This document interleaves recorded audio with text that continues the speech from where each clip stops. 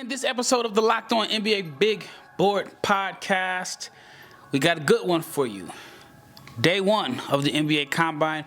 There was no action on the floor today, but there was plenty of action with the lottery. The Dallas Mavericks, I don't even know how it happened. The Dallas Mavericks get the number one pick in the 2025 NBA Draft. So stay tuned to hear our thoughts on Cooper Flagg being a Dallas Maverick.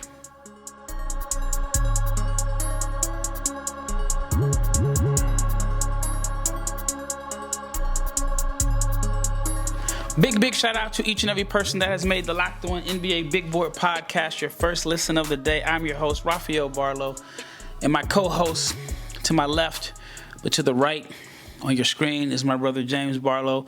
And today's episode is brought to you by FanDuel. Right now, new customers can get $200 in bonus bets when your first $5 bet wins. And in this episode, we are going to talk about Cooper Flagg. We're going to talk about the measurements. And of course, the Giannis Antetokounmpo, I'm tired. The Giannis Antetokounmpo situation that could really shape and impact this draft. But before we get started, if you're not subscribed to the YouTube channel, please subscribe, like, share, comment, and click the bell so you can be notified every time we drop an episode, especially this week, because we got live in Chicago at the Combine. James, you've been here all day. I'll tell my story in a few minutes. You've been here all day. I'm tired, dog. What's your thoughts on your first day at the NBA Combine? I mean, I woke up at 2:30 this morning to get on a flight, and I barely made the flight. You missed it, 3 times? I mean, I don't know. Yeah. I missed it was a bunch of standby flights. I was supposed to be on a flight that left at 5 a.m., and I didn't leave until 3:55 when I landed. I'll tell you the most frustrating part was when I landed, it took forever to get to the gate, and my phone, I kept cutting it off. I couldn't get a signal. And right when I got off the plane, I saw the commercial break where they announced the remaining 4 picks. But I missed most of the suspense, but I did see the last few picks, and I was shocked. I'm sure everybody was shocked to see the Mavericks get the number one pick. But what makes the story even crazier today is I don't know how many flights I got pushed back on, but I saw Nico Harrison at the airport. And Nico's a G, man. As much as they hate him in Dallas, I've seen him. I see him at Mavs games.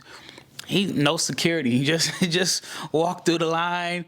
And then I saw Mike Finley. I had a little small talk with both of those guys, but I don't think either one of them knew that their lives or their situations was going to potentially change with the way the lottery shook out as they got the number one pick. I mean, there's been a lot of hatred towards Nico and the Mavs ownership, and now I just think the fans are going to be a little bit forgiving because they got Cooper Flagg. So what was your initial thoughts about the Mavs winning the lottery? I'm still in shock. I still don't believe it. We talked about the Nets. We talked about the Jazz. We talked about the Wizards. We talked about the Hornets. We didn't expect for the Mavs to even be close. And then, obviously, the ping pong balls worked out, and it was top 4.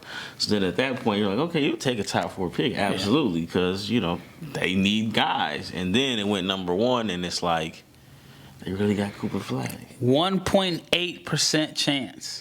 That's the definition of winning the lottery. That's true. They jumped up 10 spots.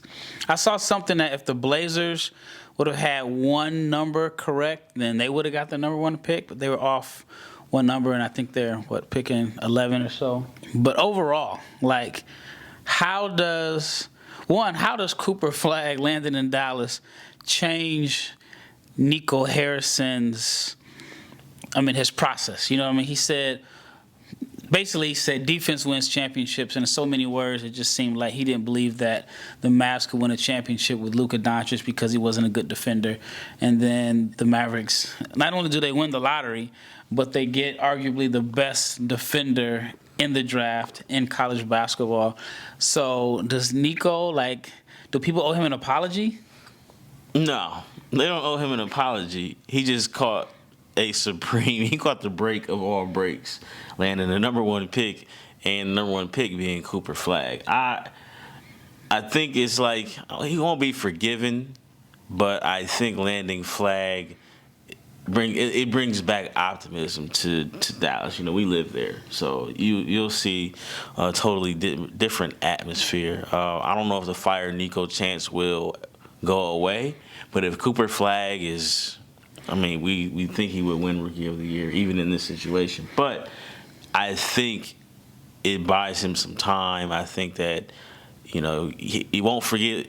He won't be forgiven until we win again, or the Mavs win again. But at least you get that opportunity to even get there. Is what I'm saying. I think he will be, because one of the main like backlash, or the main thing that people are saying is, yes, people are canceling their season tickets and so on. All of that is gone now. People are gonna buy season tickets now.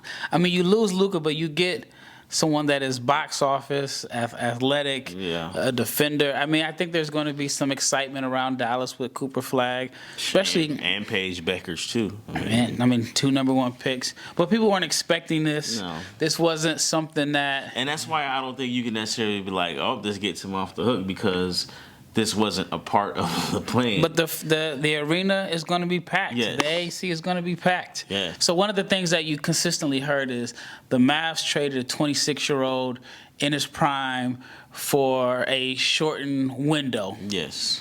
With Cooper Flagg, you got a 19-year-old. So 18. now, he's 18. He'll be 18 on opening night. Yeah, he'll be 18 on opening night. So it's like it changes that whole argument.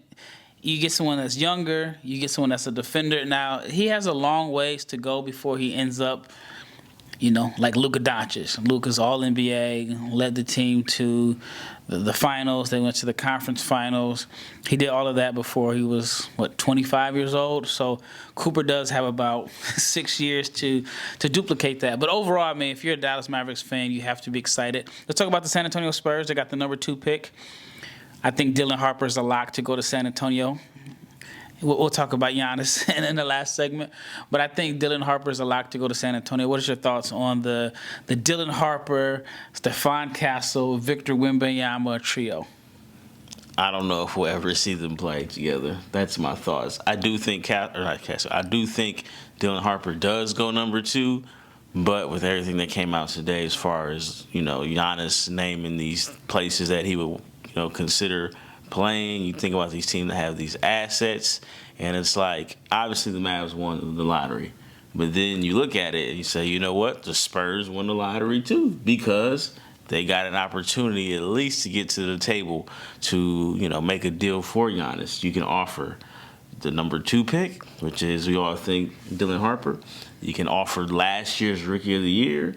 And I feel like Milwaukee, if, you know, you're going to sit here and say we got to do a restart, we had no draft picks, you know, to look forward to, well, then there you go. You got a great starting block. So the Spurs definitely won today. The Blazers won too.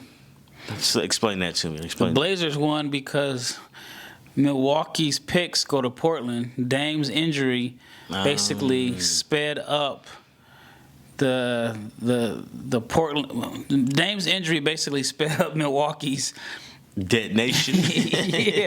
yeah. So it sped up. I think that is what has. I mean, you heard the rumblings that Giannis may, you know, seek. You know, Giannis may want to go elsewhere, but Dame's injury definitely expedited that. And so if there is a situation where Giannis is traded to, let's say, the Spurs, and we'll talk about Giannis. We're supposed to talk about him in the third segment. But Giannis is traded to the Spurs, and then the Bucks are in rebuild mode and they're missing the playoffs, those picks are going to go to Portland. So Portland could be a winner in this also.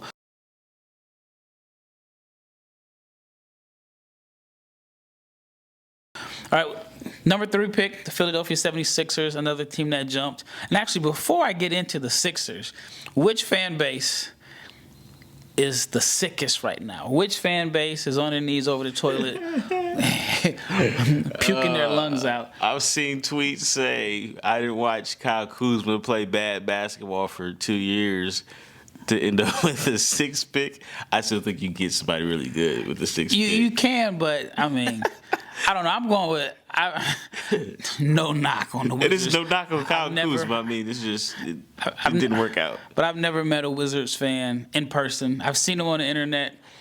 I've never met. Well, I lived in Charlotte briefly, so I did see some Hornets fans. But the Jazz fans, to me, it's a no-brainer that they are sick right now. I mean, at least on Twitter, that fan base and then the Nets. But the Jazz fan base was the one that thought that they had Cooper. Yeah, Jazz, Nets, and Wizards. Again, I don't know any Wizards like fans either, but those three you have to think like. I mean, at one point they were mad at Bub Carrington because he hit that big shot against the Jazz, and it didn't even matter. It didn't even matter. Well, they weren't even there. The three teams that had the best odds, were they 4, 5, and 6? Yeah. So Whole world. So then I'm sure you got it. I know I got it. A bunch of messages. The NBA is rigged, and they wanted Cooper in Dallas and so on. And I get it. I get why you would think that way, but if that's the case, it would have been Brooklyn, right? Large market. Yeah. I think superstar talent. Zion Williamson would have went to New York that year.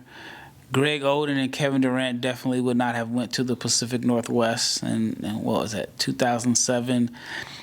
I mean, but I get why somebody would think that, because I think the Bulls had like a 1.7% chance in 2008 to get the number one pick. They got the hometown guy. Yeah. Cleveland Cavaliers got the hometown guy. They did twice. With LeBron. They had it in the year at Wiggins. They had like a 1.9% chance to win, and they landed Wiggins. But, yeah, I feel sorry for Nets fans, too. I know that there's a lot of them. At least a lot of them. I don't feel sorry for Nets fans. I feel more sorry for Jazz fans. Because I think the Nets, because of location, you are within striking distance of landing a free agent. Like, that's a destination place that people may want to go to. You don't even have to be a good front office. You can just kind of be okay. But because you're in Brooklyn, you might have a chance.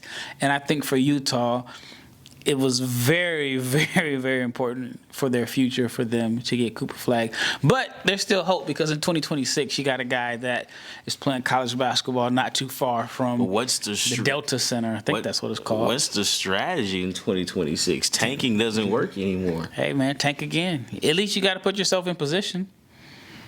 That's true. I mean, tanking has benefited Dallas twice in the last 3 years. The Mavs weren't tanking, though.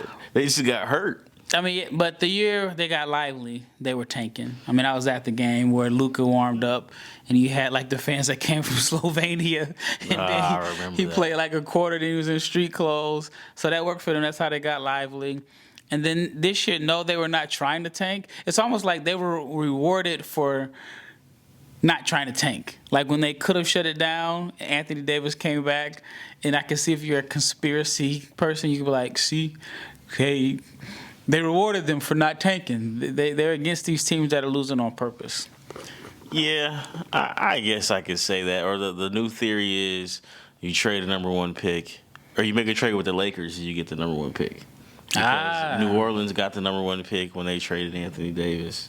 And then the Mavs got the number one pick because they traded Luka. So I don't know. I'm not the tinfoil hat guy in that particular thing. So is Giannis going to the Lakers and a package for Austin Reeves and Jackson Hayes and no way the 2020? I think the Lakers got their 2027 pick or something like that. If you're Milwaukee, do you do that? If you believe that, right? If you make the trade, you get the number one pick, you get AJ. Or you get Darren Peterson. Nah, I think I'd rather have Castle and Dylan Harper and still have an opportunity to because I think they can trade for next year's pick. The Spurs, I think the Spurs own the Kings pick for next year. So I'd rather take those two now and then see if I can land one of those three potential superstars in the 2026 NBA draft. So as you can tell in this episode, we're just shooting a breeze. The format is a little off, but I want to switch up gears here and talk about the measurements. I was in the airport, so I kind of saw the measurements come and go. But what are some of the measurements today that really caught your attention? I know for me, the one that stands out the most is Ace Bailey was listed at 6'10" at Rutgers. Man, the queens you was talking about. And the ones that Kobe said she was playing and you told him you was 5'8". You had to. Oh yeah, Kobe Sanders. Kobe Sanders, yeah, man. But yeah, I mean Ace Bailey was listed at 6'10". He measured at like 6'7" and a half. 6'7" and a half. Dylan Harper was listed at 6'6".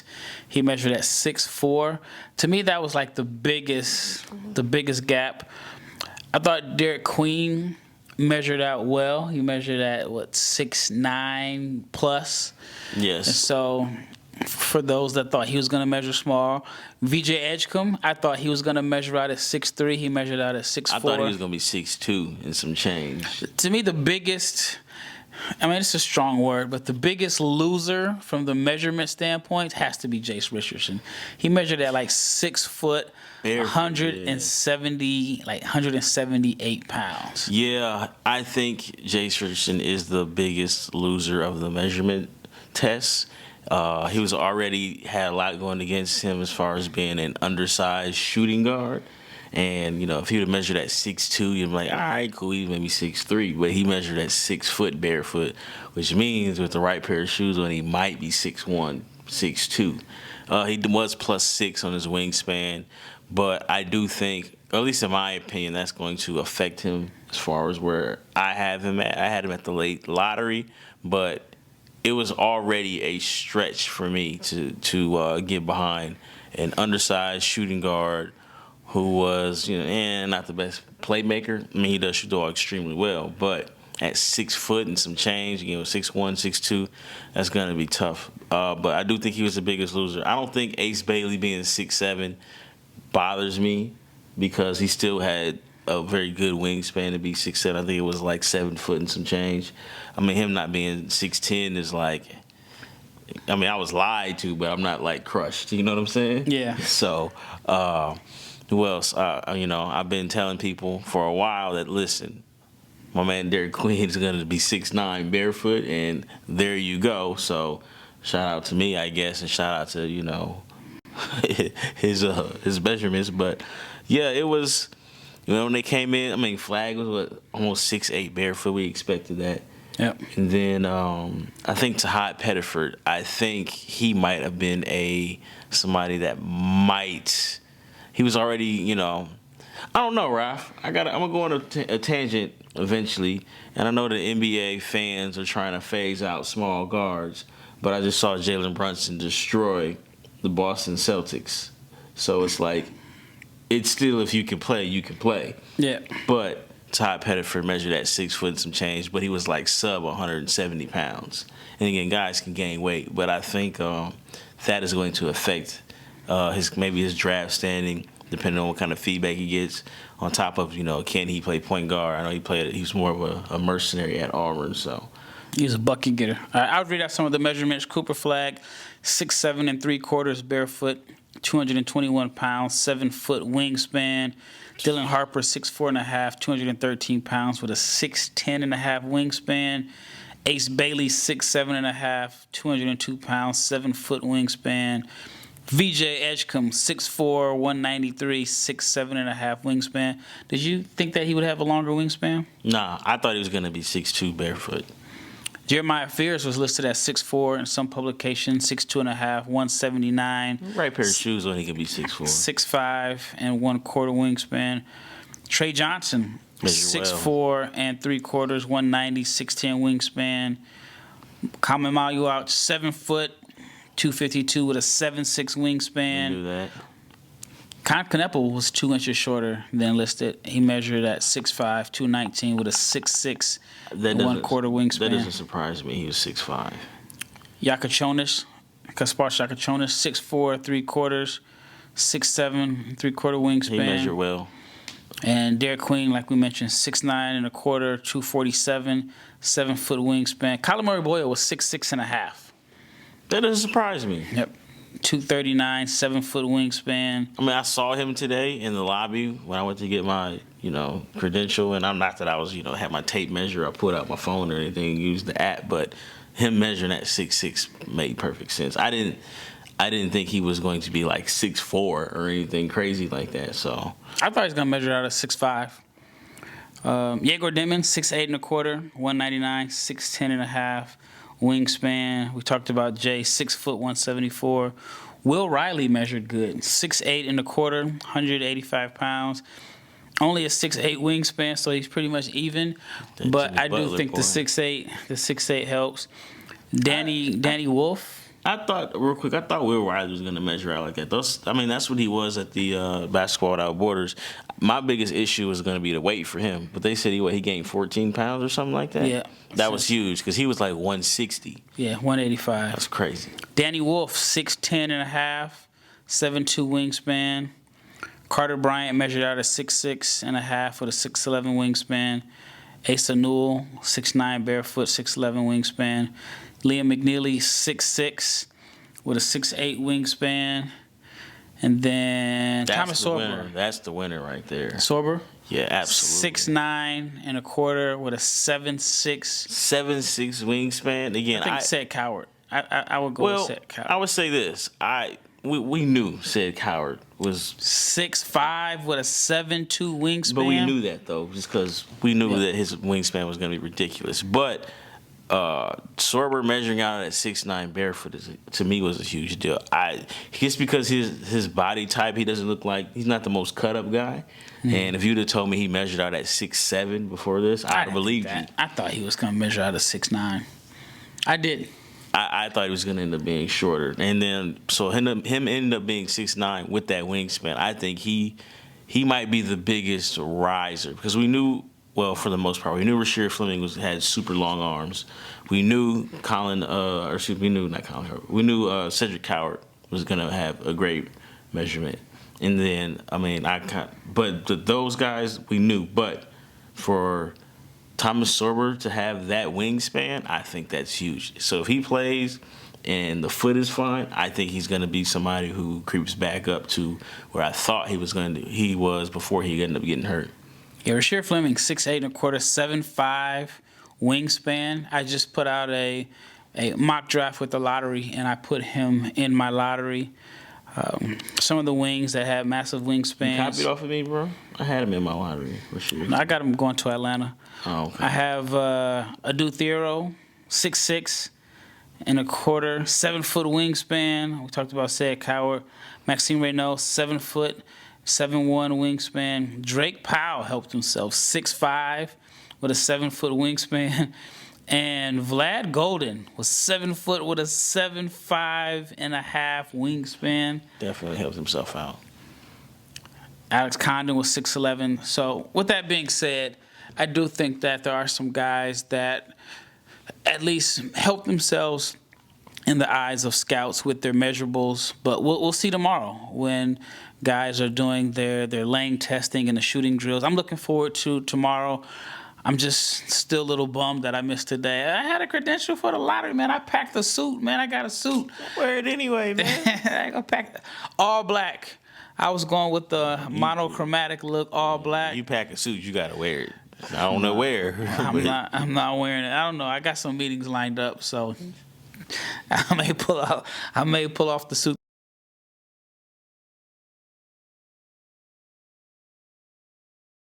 All right, let's talk about Giannis.